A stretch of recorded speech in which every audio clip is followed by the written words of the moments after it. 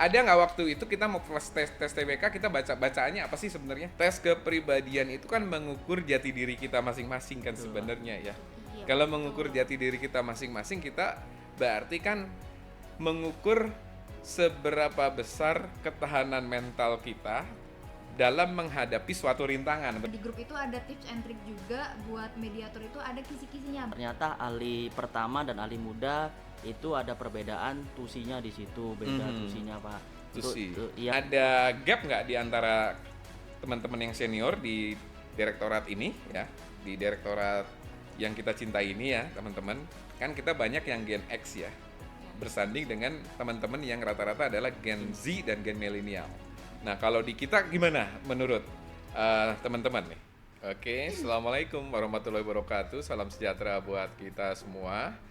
Pemirsa yang saya hormati dan yang saya cintai, ini adalah podcast perdana kita terkait dengan bagaimana kita bisa ngobrol santai dengan teman-teman CPNS yang ada di Kementerian Ketenagakerjaan. Kita bahas kupas tuntas kaitannya dengan teman-teman CPNS ini yang bisa lolos tes, dari tes awal sampai tes pertama, dan nantinya kita juga akan bahas bagaimana dia bisa bersosialisasi dengan kaum Gen X yang ada di Kementerian Ketenagakerjaan. Tentunya hal ini pingin sekali teman-teman itu pingin menganalisa, pingin juga mendengar apa yang menjadi pengalaman dari para CPNS yang ada di depan kamera hari ini. Di sebelah kiri saya itu ada Mas Haryo, sebelahnya ada Mbak Adel, dan sebelahnya ada Mbak Bea. Nanti kita coba ngobrol-ngobrol santai dengan teman-teman CPNS. Nanti kita akan tanyakan bagaimana tips jitu memasuki dunia CPNS sampai lolos ke PNS-nya Kementerian Ketenagakerjaan. Ayo kita pertama tanya dulu ke Haryo. Haryo, kamu kan lolos CPNS di 2024 ya? 2024, Pak, betul, Nah, Pak. kemarin itu kan harusnya kan masuk di bulan April, tapi kan agak mundur akhirnya di bulan Mei atau Juni? Mei Pak. Mei ya. Nah, ini perasaan Haryo seperti apa? Senang sih, Pak. Akhirnya tidak ada penundaan yang sampai diberitakan sampai Oktober. Yeah. Akhirnya dimajukan Pak oleh Pan RB itu sampai April, Mei. Sampai Mei 2025 akhirnya bisa memasuki. Akhirnya bisa masuk, alhamdulillah, Pak. Nah, suka duka memasuki dari CPNS itu kan tentunya melalui proses yang panjang ya. Panjang sekali, Sebelumnya Pak. Mas Haryo kerja di mana sih sebelum masuk dari CPNS Kemenaker? Sebelum dari Kemenaker tahun 2021 saya kerja di Dinas Perindustrian dan Tenaga Kerja Kota Surabaya sebagai honorer, Pak. Emang cita-citanya mau jadi PNS dong sebenarnya Haryo ya? Dari kecil memang sudah mau jadi PNS, Pak. Oh, jadi pengabdi masyarakat. Jadi pengayom masyarakat. Pengayom masyarakat. Jadi di masyarakat ya. Siap, Pak. Nah, ini kan memasuki di CPNS. Itu kan tesnya panjang ya. Tesnya itu kan pengisiannya awalnya seperti apa sih Mas Haryo, bisa ceritakan ke teman-teman? Ya, untuk tes pertama kali itu kita mau membuat akun di SSC ASN, itu membuat akun data diri dan lain-lain sebagai macam. Ketika setelah membuat akun baru kita memilih formasi yang kita mau, dan itu cuma satu formasi yang kita bisa pilih. Prosesnya rumit nggak sih di ICCS itu? Tidak terbilang rumit sih, Pak, gampang-gampang saja, Gampang-gampang Pak. Untuk Gen Z sekarang mungkin gampang sih, Pak, terkait Untuk itu. Gen Z gampang ya. Nah, sekarang kita ke Mbak Adel ya. Ke Mbak Adel ini kita tanyakan kaitannya dengan beberapa tes yang harus dilalui tentunya, Del. Ya. Adel sebelumnya kuliah di mana, Del? Kuliah di Politeknik Ketenagakerjaan, Pak. Oh, Polteknaker kita, tapi belum ikatan dinas ya, Del ya? Belum, Pak. Jadi ke Kemenaker pun harus melalui tes formasi yang ada dong. Betul, Pak. Harus tes ikut. Harus bareng tes yang juga lain. ikut. Nah, tes pertama itu yang Adel susah itu yang mana kira-kira? Pada tes pertamanya itu apa sih tahapannya? Oke. Bisa dijelaskan nggak, Del? Baik, Pak, saya izin menjelaskan ya, Pak. Kalau terkait tesnya itu kita ada yang pertama ada SKD dulu, Pak. SKD itu ada mulai dari TWK, TIU sama TKP-nya, Pak. Nah, waktu saya pribadi itu yang susah dalam pengerjaannya juga dalam TWK-nya, Pak. Contohnya gini nih, kalau TWK ya, kalau kita bahas TWK itu pertanyaannya aja satu. Pertanyaannya model seperti apa sih TWK itu, Del? Yang saya inget, Pak, terkait dengan tugas MK, tugas lembaga-lembaga yang ada di Indonesia, Pak. Oke. Jadi itu kita harus belajar juga tentang kewarganegaraan di Indonesia. Contoh pertanyaannya kayak apa, Del? Eh, apa ya? Apa Mas Aryo yang dia masih ingat gak? Yang terkait kewarganegaraan ada tugas MK ya atau Misalnya nih Pak, kan Apa, salah satu gimana, Bia? tugas MK itu menguji undang-undang. Di situ kadang kita ditanya hafalan pasalnya atau penerapan pasalnya seperti apa. Seperti itu. Tapi kadang di TWK itu sendiri juga ditanyakan mengenai pendapat. By the way, TWK singkatannya apa? Tes wawasan kebangsaan, Pak. Oke, tes wawasan kebangsaan. Kalau tes wawasan kebangsaan itu kan berarti berapa soal tuh kemarin? Kemarin itu ada 30. 30? 30 soal. Kalau 30 soal berarti kan itu merangkum semua tugasnya lembaga tinggi negara dan lembaga tertinggi negara dan ada histori mungkin sejarah juga ya. Sejarah sedikit-sedikit, Iya. Pak. Bener nggak ada sejarah ya? Betul, Pak. Nah kalau sejarah mungkin gini ya, mungkin ada pertanyaan kaitannya apa? Kapan Pancasila itu lahir? Kalau model TWK yang hafalan sejarah itu tahun lalu Pak. Kalau Tahun tahun lalu. ini Tahun ini lebih apa? ke penerapan. Itu dia triknya di situ Pak. Kenapa susah TWK? Karena dilihat dari penerapannya. Menurut kita penerapan dari sejarah ini jawabannya B, ternyata salah, jawabannya A. Nah, kan Itu kita susah, pingin Pak. juga mengajak para pemirsa itu apa sih pertanyaan-pertanyaan yang dikeluarkan oleh teman-teman itu sehingga kita jawab bisa benar. Misalnya contoh pertanyaannya adalah satu, apa pertanyaannya? Pertanyaannya. Bea, masih pada inget nggak?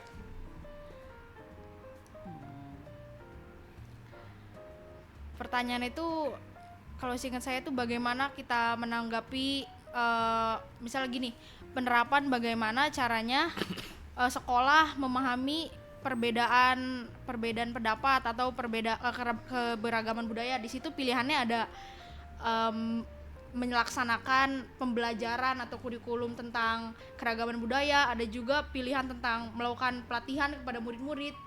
Jadi sebenarnya jawabannya bisa dibilang tidak ada yang salah, betul semua, tapi Yang paling ada benar. yang lebih tepat, Oke, mencari jadi jawaban kan yang lebih tepat. gini, menilik satu aja tadi kan Iya. kita pinginnya tadi katanya Bea kan bagaimana kita bisa menghidupkan demokrasi di sekolah atau di Iya. pada saat kita belajar di kampus.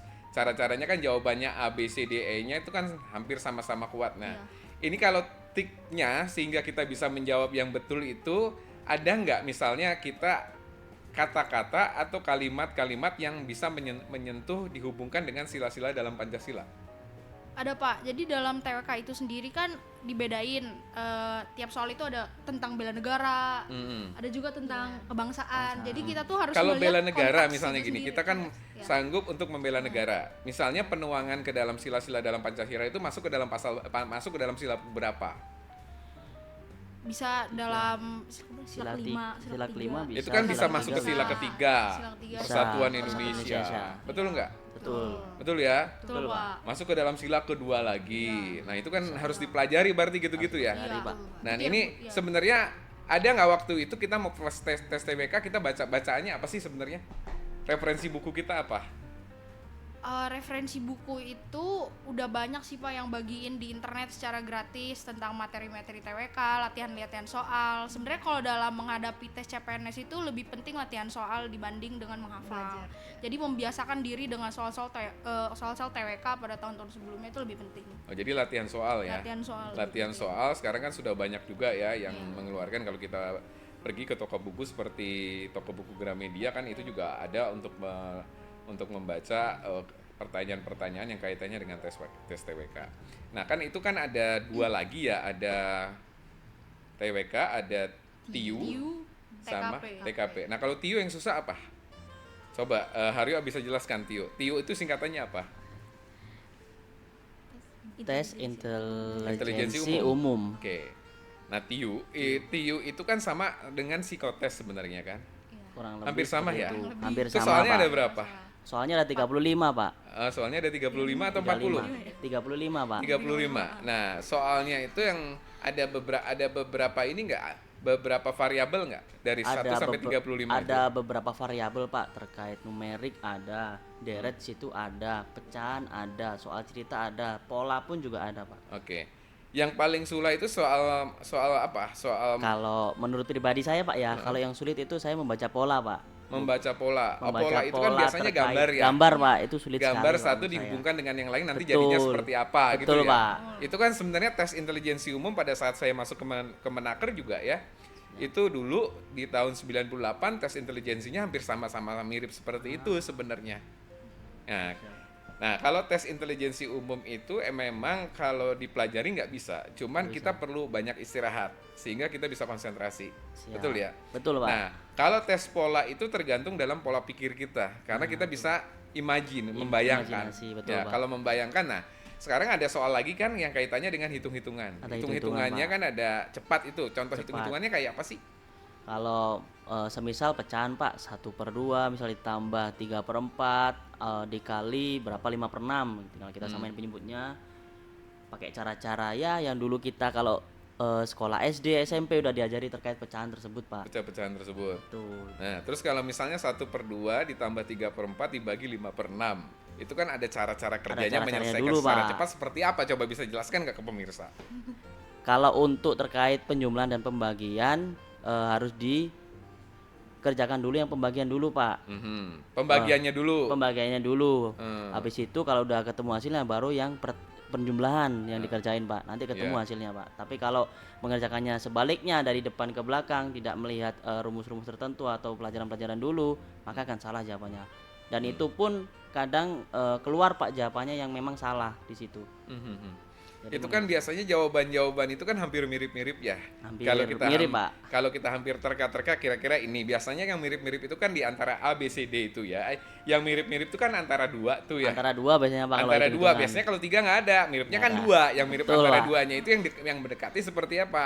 Itu yang sering membuat kita ragu-ragu. Jadi Betul, menghitung Pak. ulang. Sehingga waktu kita habis ya. Habis Pak. Berarti kalau kita gitu, kan Pak. polanya tadi kan apa yang dibilang Haryo membagi dulu. Nah, dulu. selain itu apa, Adel, yang ada di TIU itu? Di TIU ada soal cerita juga Pak. Soal cerita misal kayak Jarak-jarak. iya mencari jarak misal kayak dari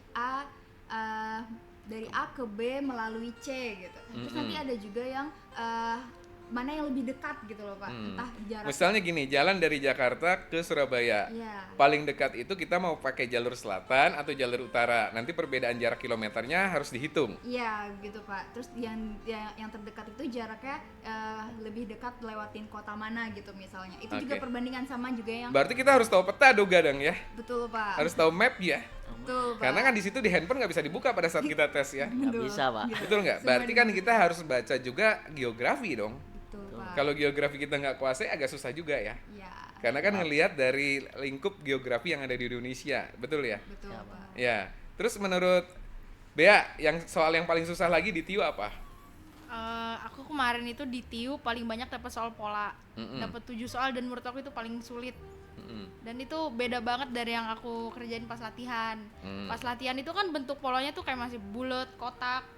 Ternyata pas lagi pengerjaan aslinya bentuk pinguin, tiba-tiba jadi bentuk cacing, jadi bentuk burung. Jadi apa yang dikerjakan pada latihan itu bisa jadi beda juga pas lagi. Jadi kan kayak- ada yang kalau ya. pola itu dari A, B, C, D nanti akan digabung menjadi D itu seperti apa biasanya kan gitu. Iya. Nanti jadi polanya pola apa. Ada juga dari pola yang sudah jadi nanti dipisahkan menjadi ketiga seperti apa, kedua seperti satu seperti apa. Jadi ada yang menjadi bentuk, ada yang menjadi satuan sebenarnya. Betul nggak? Betul, Pak. Ini kan sama nih zaman-zaman Iya. tes intelijensi itu ya. Sebenarnya nggak jauh-jauh beda sih tes intelijensi itu ya, sama-sama aja. Ketika saya tes juga dulu di dunia PNS 98 ya seperti itu. Iya. Gitu. Nah, sekarang kan teman-teman sudah mempunyai trik untuk mengerjakan beberapa hal yang untuk di tes pertama TWK, terus kedua mengenai TIU. Nih, sekarang kita bahas mengenai TKP. TKP. TKP itu singkatannya apa? Tes kepribadian Pak. Kepribadian. Tes kepribadian. Tes kepribadian itu kan mengukur jati diri kita masing-masing kan sebenarnya ya. Iya, Kalau mengukur jati diri kita masing-masing, kita berarti kan mengukur seberapa besar ketahanan mental kita dalam menghadapi suatu rintangan, betul nggak sih? Betul Pak. Betul kan? menghadapi. Kalau kita jawabnya banyak yang bingung, biasanya kita nggak lolos tuh ya. Iya. Siap. Bener nggak? Nah, Iya, menurut Pak. Bel, soal yang seperti apa sih yang ada di TKP itu?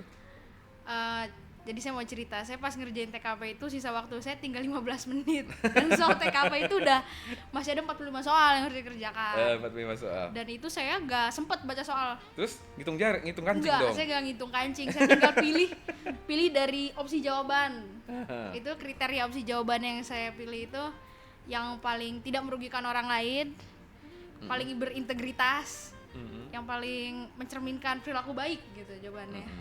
Iya. Yang itu. pertama sih integritas sebenarnya. Iya, Ya. integritas. Karena yang kan pertama. PNS kan kalau kita lihat dari sumpah jabatan yang pada saat Bea, Adel dan Haryo baca itu kan semuanya kan isinya integritas kan. Integritas, Pak. Betul nggak? Betul, Pak. Nah contohnya apa Aduh. soalnya? Karena saya tidak baca soal masalahnya. Lah. Tapi beruntungnya dari opsi yang saya pilih saya dapat hasil skor itu 200 itu 198 dari 225 ya. 225. Iya. 198 itu termasuk tinggi dong nggak Bu? Iya, udah termasuk tinggi. Iya kan? Iya, Orang-orang tuh banyak gak lolosnya di mana sih, di TWK atau di Iya. itunya di TKP? Jadi tergantung sih Pak. Kalau misalnya kalau anak sosum itu biasanya gak lolos di TIU. Teman-teman saya yang di FHUI dia itu ikut CPNS, kebanyakan TWK-nya di bawah skor minimal 60 nilainya. Terlalu banyak menonton drama Korea kayaknya ya. Dia tidak terbiasa menghitung, tidak terbiasa Iya. logik. Makanya ya, gini, matematikanya teman-teman ya, ini kan kurang, ada ya. contoh nih ya para pemirsa ya, kalau bagaimana kita lolos kaitannya dengan tes TWK untuk mendapatkan nilai yang banyak, ya berarti ya nilai yang bagus ya, kita juga keseharian harus juga membaca yang namanya surat kabar. Jadi surat kabar itu biar ada di media cetak maupun di media online. Jadi handphone kita itu gunakan yang sangat berarti, yang bisa untuk menambah informasi dan knowledge kita sebenarnya, karena TWK itu sebenarnya dasarnya banyak kesana sih, banyak penerapannya dihubungkan dengan keseharian, betul nggak? Betul Pak. Betul ya, jadi kan Betul, gitu, jangan terlalu banyak menonton yang tidak berguna. Jadi kalau kita mau jadi CPNS ya kita tekun minimal 1 tahun atau 2 tahun sebelumnya kita sudah rajin latihan-latihan soal sebenarnya gitu ya. Betul, Siap, Pak. Nah, sekarang kita bahas lagi mengenai yang TKP ya. TKP. TKP itu kan kalau kita lihat ini kan bicara mengenai mentalitas ya. Mentalitas. Betul ya. Nah, Ada, Pak. menurut Haryo itu TKP itu pengalaman Haryo dapat nilai berapa di TKP kemarin? Kalau saya kebetulan ini saya cerita tip and trik dulu Pak ya. Untuk mengerjakan SKD kemarin saya yang pertama kali saya kerjakan adalah TKP Pak. Biar waktu saya nggak habis. TKP. TKP Oke. dulu. Nah, alhamdulillahnya saya dapat skor 203 Pak. 23. kemarin, Pak. Iya. Kayaknya banyak berdoa juga kamu ya. Banyak Jadi berdoa dapat juga 203 rajin Pak. ya. Rajin ibadah Pak. Alhamdulillah. Terus soalnya kayak gimana yuk? Eh, Kasih contoh soal satu kepada para pemirsa sehingga para pemirsa nanti bisa mencari referensi-referensi yang lain. Mungkin salah satu contohnya itu seperti yang saya ingat Pak ya, terkait di lingkungan rumah, di lingkungan tetangga. Lah, itu ada misal satu tetangga itu membuat kegaduhan. Nah, Rame lah tetangga Rame ini lah, antara rame, antara betul, rumah satu Pak. dengan rumah sebelah gitu loh ya. ya. Nah, apakah yang harus kita lakukan terhadap kegaduhan tersebut? Apakah kita itu ikut nimbrung aja atau ikut melerai atau mengajak mereka untuk berunding seperti itu Pak biasanya. Kalau dilihat dari opsi jawaban biasanya dua yang hampir Melerai, mirip Pak. Melerai, berunding, Melaporkan juga. melaporkan ada Melaporkan. laporan ke kepolisian biasanya Pak jawabannya sama satunya saya lupa Pak. Yang pasti 4 itulah Pak, antara 4 itu. Yang Nah, yang satunya dipilih yang mana? ya kalau saya yang berunding Pak. Berunding. Karena kalau tindakan seperti melaporkan itu ke Sebenarnya pihak jawabannya berwajib. agak bahaya nih ya, karena Iya. melerai juga bisa positif. Betul, semuanya Karena aktivitas pertama yang dilakukan melerai kan sebenarnya Iya, kan. betul Yo, ya. Pak. Nah, ini tapi yang dipilih adalah berunding, Berunding dulu, Pak. Melakukan supaya dua belah pihak ini bisa berunding. Betul Pak. Untuk dibicara. cari solusi. Cari kan? solusi betul Bukan Pak. Kalau melerai doang kan. melerai berunding. doang terus pergi kita Pak. Karena Nah, artinya berunding itu dalam kalimat yang kita maknai adalah berunding ada 2 maknanya. 1 melurai, 2 mengajak dialog. dialog. Betul Itu Pak. kan 2, berarti Betul, 2 Pak. poin yang diambil, ya nggak? Yuk. Siap Pak. Bener kan? Betul Pak. Nah, sekarang Adel ada lagi nggak pertanyaan yang masih inget di TKP? Mungkin soalnya nggak jauh lebih dari mungkin kalau Mas Haryo lebih ke keseharian di lingkungan sekitar ya Pak. Ada juga pelayanan kayak misalnya kita bekerja di pelayanan masyarakat. Nah, kayak misalnya di rumah sakit, terus ada yang dahulu datangnya sama ada yang urgent. Nah, itu kita juga disuruh pilih Pak, mendahulukan yang dahulu datang sesuai antrian atau mendahulukan yang urgent dahulu. Nah, itu juga pilihannya sama kayak Mas Aryo bilang itu mirip-mirip Pak. Dan kalau nggak salah di TKP juga masing-masing ada pertanyaannya apa Mel? Ini kan mengenai opsi, jadinya kan kalau kita lihat kan ke metode FIFO atau metode LIFO gitu ya, first in first out atau last in first out. Nah itu kan ini ya, misalnya nih ada pasien di rumah sakit gitu ya, kan gini lah, ada pasien di rumah sakit yang satu muda yang satu tua gitu ya. Apakah kita tetap mendahulukan kita yang karena kita ngantri pertama, ataukah pasien tua yang sudah pingin pertolongan pertama, apakah dia tetap harus ngantri? Nah, nanti jawabannya misalnya pertanyaan A biasanya yang biasa saya lihat itu pertanyaan A, saya tetap mengantri dan saya harus mendapatkan posisi untuk masuk ke dokter duluan, kan gitu ya. Betul, Pak. Yang kedua misalnya saya tetap berikan kesempatan kepada pasien yang lebih tua untuk masuk duluan, habis setelah itu saya gitu ya. Yang ketiga nanti jawabannya gini, pasien ketiga tetap harus berada sesuai dengan antrian. Keempat nanti jawabannya menjebak lagi biasanya. Ya kan, pasti yang biasanya pasien yang lebih tua akan diberikan masuk setelah pasien pertama yang muda masuk gitu kan. Nah, itu mana yang dipilih? Yang A, B, C, dan D. Sebenarnya kan kita tergantung perasaan kita juga sih. Betul, jadi jawabannya yang mana yang paling benar, hanya itu aja sebenarnya. Berarti kan peduli sosial kita di dalam TKP itu harus ada. Bagaimana jiwa sosial kita, jiwa menolong kita, apa yang diciptakan dalam Soko Guru itu kan harus terkena dalam batin dan jiwa kita. Nah, ngomong-ngomong, Bea kemarin tes itunya dapat berapa nilainya totally? TKP Pak? Enggak semuanya. Kalau itu gabungannya semuanya Pak. Iya. SDK ya? SKD. SKD-nya dapat berapa? Saya dapat 384. 384. Adel berapa? Kalau nggak salah 393 Pak. 393. Haryo berapa? 413 Pak. 413. Berarti paling tinggi Haryo ya. Berarti dia sering beribadah kayaknya, dia Rajin beribadah dia teman-teman. Kan, ya? Nah, oke, sekarang kan sudah tes yang kedua, tes yang selanjutnya apa setelah SDK tuh? SKB Pak. SKB itu apa sih yang dites? Tergantung formasi yang kita pilih Pak. Jadi kan SKB itu seleksi kompetensi bidang. Dan kalau saya itu kan formasinya penyusun materi hukum dan perundang-undangan. Ya, artinya yang diteskan itu tentang penyusunan undang-undang itu tersebut Penyusunan Pak. undang-undang. Dan itu ada berapa kali tes tuh? 1 kali Pak. Satu kali tes. Satu kali tes itu soalnya ada berapa? 50 soal Pak. 50 soal untuk berapa jam pengerjaannya? 90 menit. 90 menit. 100 menit. 100 menit. 100 menit. Nah, 100 menit nih. Apa yang diingat oleh Bea ketika kita mengerjakan soal itu? Apa sih pertanyaan yang paling diingat sama Bea? Sehingga dijawabnya paling benar apa? Yang paling diingat itu tentang harmonisasi peraturan perundang-undangan. Itu yang paling diingat. Kedua tentang hierarki perundang-undangan. Lalu, tapi yang paling ada juga soal-soal yang tidak disangka akan keluar. Misalnya soal tentang undang-undang tipikor itu undang-undang berapa gitu. Itu gak ada di kisi. Sebenarnya kan kalau SKB itu enaknya dikasih kisi-kisi Pak sama instansi pembinanya. Oh, jadi pertanyaannya ada juga yang menghafal dong. Ada, iya. Jadi misalnya undang-undang tipikor itu undang-undang nomor berapa kan harus hafal. Iya. Betul nggak? Betul Pak, dan itu tidak. Soalnya Bea ingat nggak tuh undang-undang tipikor nomor berapa? Gak ingat saya. Terus nebak-nebak aja? Nebak. Akhirnya bener atau enggak? Oh, itu nggak tahu. Yang menurut Bea nih pertanyaan yang bisa dijawab oleh Bea nih satu aja apa? Tentang hierarki perundang-undangan. Terus tentang hierarki peraturan perundangan terdiri apa aja? ada TAP MPR. Yang paling tinggi apa menurut Bea? Undang-undang dasar 45. Iya, 45. Setelah Undang-Undang Dasar 45 apa? TAP MPR. Yang paling rendah apa? Yang paling rendah itu permen. Permen. Iya, di bawah ya perda udah gitu. Iya. Jadi perda sama permen tinggian mana? Tinggian permen. Tinggian permen. Bener ya? Iya, Ini ke pemirsa loh. Ya, siap. Jadi yang paling tinggi Undang-Undang Dasar 45. Iya, itu jelas ya. Itu. Ya. Jadi hierarki. Selain itu apa?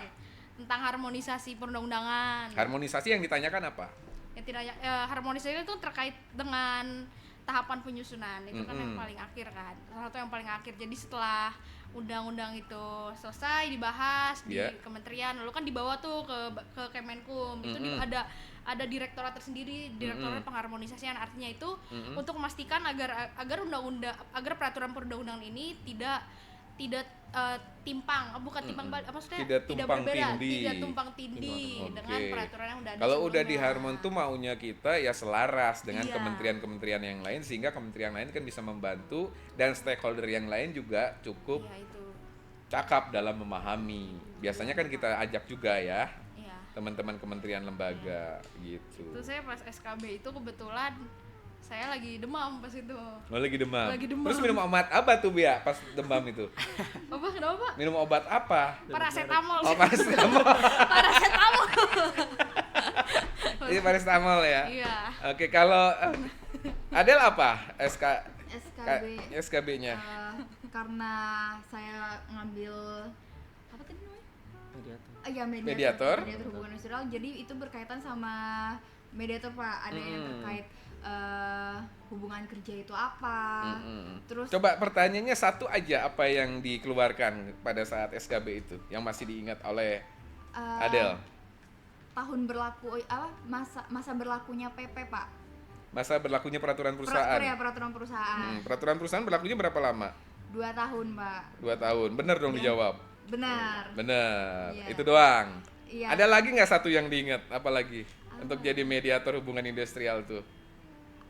Ada juga terkait materi mediator itu sendiri Pak. Jadi sebelumnya juga kalau nggak salah, kalau saya sendiri itu kan kita masuk grup-grup itu loh Pak. Nah di grup itu ada tips and trick juga buat mediator itu, ada kisi-kisinya, belajar dari undang-undang mediator itu sendiri juga. Undang-undang mediator. Undang-undang berapa undang-undang mediator Del? Undang-undang penyelesaian perselisihan kali Del? Iya. Undang-undang berapa Del? Undang-undang nomor 2 Pak. Undang-undang nomor 2 tahun berapa?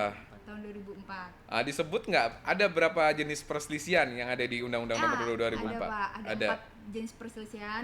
Itu ada hak kepentingan antar SPSB sama PHK. Ya. Itu. Ya. Terus selain itu apa pertanyaan yang kaitannya dengan hubungan industrial? Ada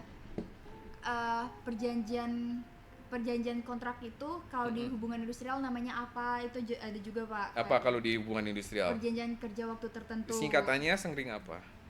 Kalau sering disebut apa singkatannya? PKWT, perjanjian kerja waktu tertentu maksudnya. Ya. Berdasarkan periodisasi waktu dan sesuai dengan apa saja yang bisa dipekerjakan ke dalam PKWT. Itu kan aturannya ada di mana, Del?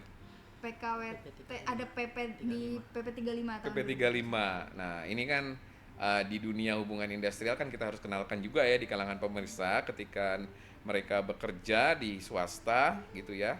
Nanti akan diperkenalkan apakah masuk ke dalam perjanjian kerja waktu tertentu atau perjanjian kerja waktu tidak tertentu. Nanti kita bahas di kemudian saja ya, Del ya. Nah, ini kalau menurut Hari yang paling susah itu itunya apa tes yang kaitannya dengan mediator? Dengan mediator yang paling susah mungkin terkait jabatan Pak waktu itu Pak. Jabatan mediator, jabatan misal ternyata ahli pertama dan ahli muda itu ada perbedaan tusinya di situ, beda tusinya Pak. Tusi. Iya. Nah, ada gap nggak di antara teman-teman yang senior di direktorat ini ya, di direktorat yang kita cintai ini ya teman-teman, kan kita banyak yang Gen X ya, bersanding dengan teman-teman yang rata-rata adalah Gen Z dan Gen milenial. Nah kalau di kita gimana menurut teman-teman nih? Adaptasi mengenai ngobrol kita, dialog kita asik nggak di sini di Kemenaker, khususnya di kami? Saya boleh. Oke. Kalau dari saya sendiri, saya senang banget ada di KPPHI karena semuanya welcome, seniornya. Udah gitu saya juga kadang kalau lagi diem diajakin ngobrol, diajakin pokoknya kalau ada makanan tuh dibagi-bagi makanannya, jadi sosialisasinya lancar banget. Saya juga kan punya teman-teman dari kementerian lain, ada juga yang pengalamannya nggak sebaik saya. Oh gitu. Jadi kamu seneng dong di sini ya? Saya seneng banget di sini. Ya. Terus menurut Adel gimana? Ada gap nggak di antara Gen X dan Gen Z dan Gen milenial? Sama Pak, saya sependapat sama Bea. Walaupun perbedaan umur yang mungkin agak jauh, itu sama sekali nggak ada perbedaan Pak, sama-sama mengayomi. Yang nggak tahu dikasih tahu, dan kita yang buat bertanya pun dari senior-senior pun juga menjelaskan sampai kita paham gitu, dan membantu dalam proses penjelasan pekerjaan juga Pak. Ya, berarti kita tergantung komunikasi di antara Gen X. Kebetulan di sini Gen X-nya udah modern semua ya. Alhamdulillah. Iya.